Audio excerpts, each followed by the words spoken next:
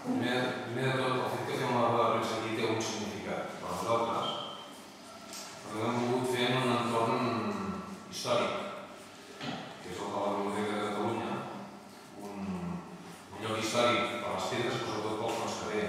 És aquí on està recollida la nostra memòria literària, la memòria editorial també, aplegada al llarg dels últims segles. I Edicat també vol ser, d'alguna manera, un punt d'inflexió en aquesta història de l'edició en català, perquè per primera vegada unes editorials independents ajunten esforços per fer un projecte conjunt. I per tant, aquest granet de sorra que volem posar en la història de l'edició en català és per nosaltres molt rellevant. I és més que una mirada del passat, una mirada cap al futur. Edic.cat és una aliança, la definim nosaltres com una xarxa d'editors independents, però que l'esperit és el de l'aliança. Una aliança d'editors independents que vol afrontar uns reptes. I aquests reptes són per nosaltres tres. Per un cantó, el procés accelerat de globalització dels mercats, que afecta també clarament i cada dia més el món editorial. I també el món editorial català.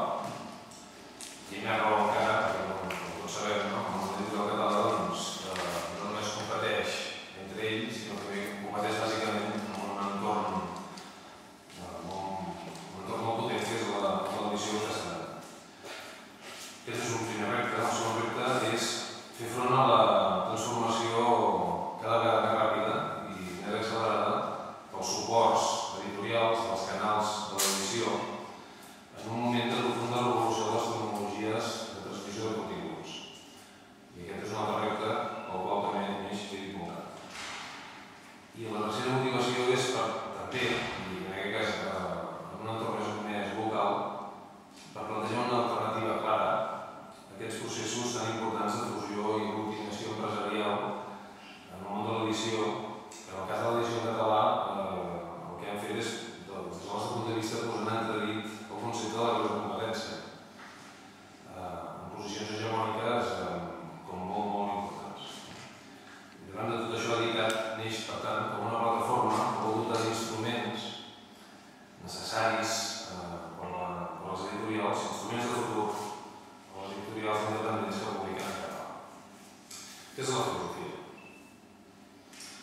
Llavors, concretant una mica més, què és Edic.cat? Edic.cat és una empresa. És una plataforma que es concreta en una empresa. Però el que volem subratllar també és que no és una fusió. O sigui, no estem aquí tres editorials que fem una fusió, tot el contrari. I dic tot el contrari, vol dir tot el contrari. Edic.cat vol ser una plataforma per reforçar precisament la independència d'aquestes editorials que formen part inicialment d'aquestes tres, perquè creiem que la independència és un valor en si mateix. És un valor que ens aporta creativitat, el món editorial, versatilitat, iniciatives diferents, riquesa, en definitiva, i el que no volem fer és, precisament, a través d'Edic.cat, és contribuir a marcar aquestes singularitats, aquestes aportacions, sinó tot el contrari, incrementar-les. Perquè creiem que reforçant els segells que formin part d'aquesta plataforma, el que farem és reforçar també el món editorial en català. Edic.cat vol dotar aquestes editorials independents d'instruments per fer-les competitives. Per tant, és una aposta per la competitivitat de les empreses que en formin part, les empreses editorials que en formin part. Sobretot en els àmbits que el Bernat explicarà tot seguit de la difusió, de la promoció, de la comercialització. I cal dir, en aquest sentit, que difusió, promoció i comercialització tenen a veure amb volum, amb força, amb esforços. I per tant, com més esforços s'assumin, com més pes específic prengui aquesta plataforma, més important serà. I per això el definim com un projecte absolutament obert. L'hem constituït Cossetani, Brunera i Aigua, però és un projecte obert que és com una aliança que va més enllà de nosaltres mateixos. Nosaltres som els impulsors inicials,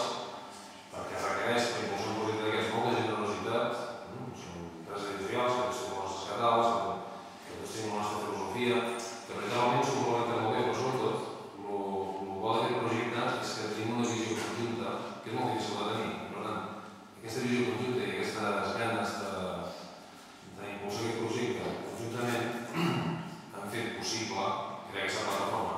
Només són 3, hem de ser més, marcarem unes regles del joc i les noves incorporacions les hauran de seguir, òbviament,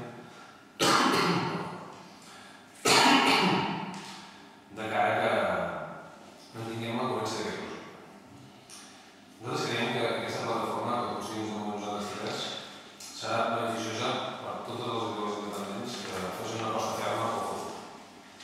Pel futur de la comercialització, pel futur de la implantació de les llibreries, però també per les noves tecnologies i per tots aquests projectes que d'alguna manera Edip.cat pot fer possible gràcies al fet que reuneix esforços diferents. És a dir, Edip.cat neix per fer tot allò que una editorial no podia fer en solitari. És per impulsar projectes que requereixen de la suma d'esforços, de la creació d'una plataforma superior que va més enllà de nosaltres i que ens facilita la implementació de projectes conjunts. La tercera cosa que volia explicar és com hem arribat aquí. Hem de dir que el procés de constitució de l'Edip.cat no ha estat lent, no és una cosa improvisada, no és una cosa de 4 dies. Ha estat un procés llarg per reflexionar, perquè estàvem plantejant-nos un repte nou. I quan tots els reptes nous és per incògnites. I per tant no ha sigut un camí fàcil o lineal, ha sigut un camí ple de giragonses, de grans marrades, però no han significat una pèrdua de temps, sinó tot el contrari. Han significat un reforç de la nostra experiència, un aprofundiment de la nostra reflexió i per tant, arribats a aquest punt, Edip.cat neix com un projecte molt madur. Edip.cat partia, la primera reflexió partia d'unes necessitats que compartia, necessitats que sentíem cadascun de nosaltres i que ens van impel·lir a trobar-nos, a reunir-nos, a parlar-ne, a comunicar-nos les nostres inquietuds, amb l'objectiu d'entrada de buscar unes solucions. El que passa que